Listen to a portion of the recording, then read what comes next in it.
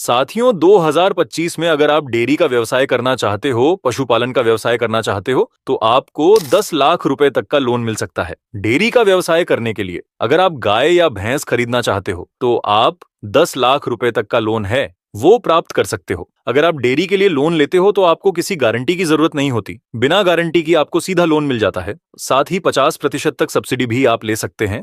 इस वीडियो में हम बात करेंगे कि डेयरी या पशुपालन लोन के लिए आवेदन कैसे करना है और साथ ही बैंक की कुछ शर्तें होती हैं लोन देने के लिए। तो वो क्या क्या शर्तें हैं? अगर आवेदक को सभी शर्तों के बारे में जानकारी होती है तो वह लोन बड़ी आसानी से मिल जाता है। इसके साथ हम आगे वीडियो में जानेंगे कि आपके पास कौन कौन से जरूरी डॉक्यूमेंट होने चाहिए, क्या क्या दस्तावेज आपको लगाने होते हैं। तो इसकी जानकारी भी आपको लोन लेने से पहले होनी चाहिए ताकि आपको आगे किसी भी तरह की समस्या का सामना न करना पड़े। इसी के साथ अधिकतम लोन जो है वो आपको कितना मिल सकता है और आपको सब्सिडी है वो कितनी मिलती है, सब्सिडी कैसे प्राप्त होगी और लोन अप्रूव्ड कैसे होता है, तो इसकी पूरी जानकारी हम आपको वीडियो में देंगे और यकीनन बहुत आसानी से ये लोन आपका अप्रूव हो जाएगा। लेकिन दोस्तों, उससे पहले अगर आपने हमारे चैनल को सब्सक्राइब और वीडियो को लाइक नहीं किया है तो अब भी कर लीजिए ताकि समय समय पर आपको सरकारी योजनाओं और देश दुनिया से जुड़ी जानकारी मिलती रहे। तो चलिए जानते हैं विस्तार से। तो चलिए सबसे पहले तो मैं बता दूं कि यह लोन आपको कितना मिलता है। तो जो लोन का जो अमाउंट है वो पशुओं पे निर्भर करता है कि आप कितने पशु खरीद रहे हो, यानी कि गाय या भैंस है वो कितनी खरीद रहे हो। आपको बता दूं कि भैंस के लिए आपको 80,000 रुपये का लोन मिलता है, यानी मान लीजिए अगर आप 5 भैंस खरीद रहे हो तो आपको 4 लाख रुपये का लोन जो है वो मिल सकता है।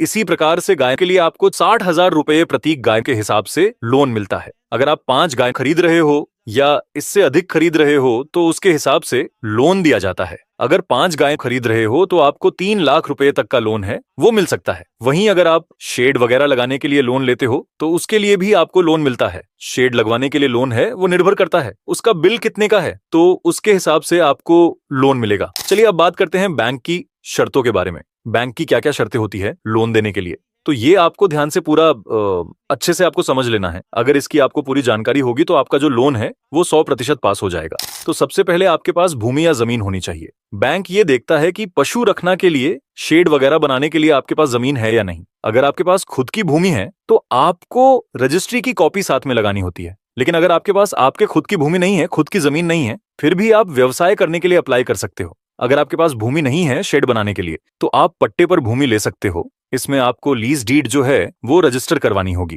और यहां पर ध्यान रखें, अगर आप लीज डीड यानी पट्टा विलेख बनवा रहे हो तो कम से कम 10 या 11 साल की आपकी लीज डीड होनी चाहिए। इसके बाद बैंक है वो आपका सिबिल स्कोर देखते हैं, मतलब कि किसी किसान ने अगर पहले से किसी बैंक से लोन लिया हुआ है और वो उधर अगर उन्होंने टाइम पे चुका दिया तो उनका सिविल स्कोर है वह अच्छा होता है। लेकिन अगर आपने कोई लोन लिया है, उसके किस्त अगर आपने नहीं दिया तो आपका सिबिल स्कोर जो है वो कम होगा। ऐसी स्थिति में आपको लोन मिलने में दिक्कत आ सकती है। लेकिन आपका सिविल स्कोर अगर 500 से 600 इसके आसपास होता है या इससे ज्यादा होता है तो आपको लोन है वो जल्दी मिल जाते हैं। आपका लोन जो है वो बैंक 100% अप्रूव्ड कर देता है। इसके अलावा बैंक है वो प्रोजेक्ट प्रोफाइल की डिमांड करता है, यानी जो आप व्यवसाय कर रहे हो उसकी कंप्लीट प्रोजेक्ट प्रोफाइल आपको तैयार करनी है। प्रोजेक्ट प्रोफाइल में आपकी सभी जानकारी होती है, जैसे आप कितने कितने पशु ले रहे हो और आप कितने पैसे लगा रहे हो, कितना दूध का उत्पादन होगा, दूध रखने की आपकी व्यवस्था क्या है, पशुओं को रखने के लिए शेड की व्यवस्था क्या होगी,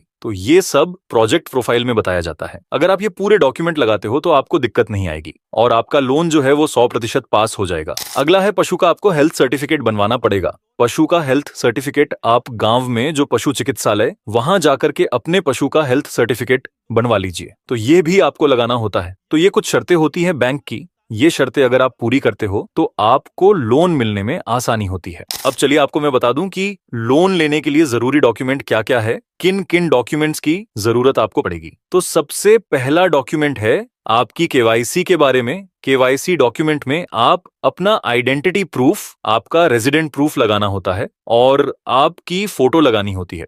आइडेंटिटी प्रूफ में आप अपना आधार कार्ड लगा सकते हो, वहीं रेजिडेंट प्रूफ में आप अपना Aadhaar card, voter card, ration card, ये कोई डॉक्यूमेंट है वो लगा सकते हो। साथ ही आपको पैन कार्ड भी लगाना होता है और आपकी पासपोर्ट साइज फोटो लगानी होती है। इसके बाद आपको प्रोजेक्ट प्रोफाइल लगानी होती है। इसके बाद अगला डॉक्यूमेंट, आपको पशु का हेल्थ सर्टिफिकेट लगाना भी जरूरी है, जो कि आप पशु चिकित्सालय से बनवा सकते हो। अगला डॉक्यूमेंट है वो है ट्रेनिंग सर्टिफिकेट के बारे में।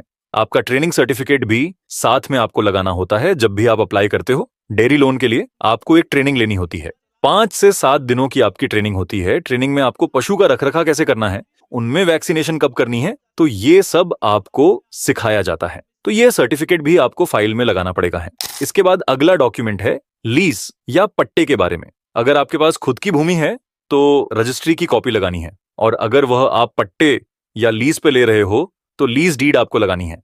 इसके बाद आप अगर शेड वगैरह बना रहे हो तो शेड कहां से आपने खरीदा हुआ है, आप उसका बिल है वो आपको साथ में लगाना होता है। तो इस प्रकार से आपको ये सारे डॉक्यूमेंट जो है वो लगाने होते हैं। अब चलिए बात करते हैं आवेदन करने के बारे में कि आप इसमें कैसे आवेदन करेंगे। तो अगर आपके पास सारे डॉक्यूमेंट है और जो जो शर्तें बैंक की है वो आप पूरी करते हो, तो अब आपको सभी डॉक्यूमेंट लेकर बैंक में जाना है। अब कौन कौन से बैंक ये लोन देते हैं तो मैं आपको बता दूं कि आप HDFC बैंक से लोन ले सकते हो, SBI बैंक से लोन ले सकते हो, पंजाब नेशनल बैंक से लोन ले सकते हो, या ग्रामीण बैंक से लोन ले सकते हो। और भी कई बैंक है जहां से आप ये लोन ले सकते हो। तो आपको बैंक में जाना है लोन लेने के लिए। बैंक में जाकर के बैंक अधिकारी से लोन के बारे में बात करनी है।